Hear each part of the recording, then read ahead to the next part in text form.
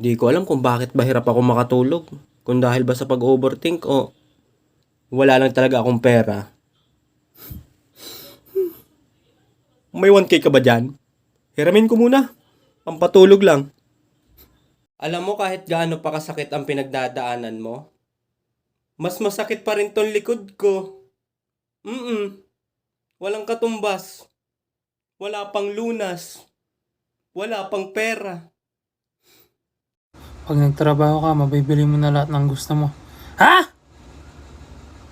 Ha?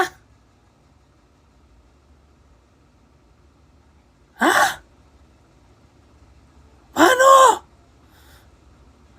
Pare, naniniwala ka ba na nakakalabo ng mata yung madalas na panonood ng Bolt? Nako, alam mo, nandito ako sa kabila pare. Pare, huwag ka maniwala dun. Magtrabaho ng naaayon sa sahod. Huwag galingan.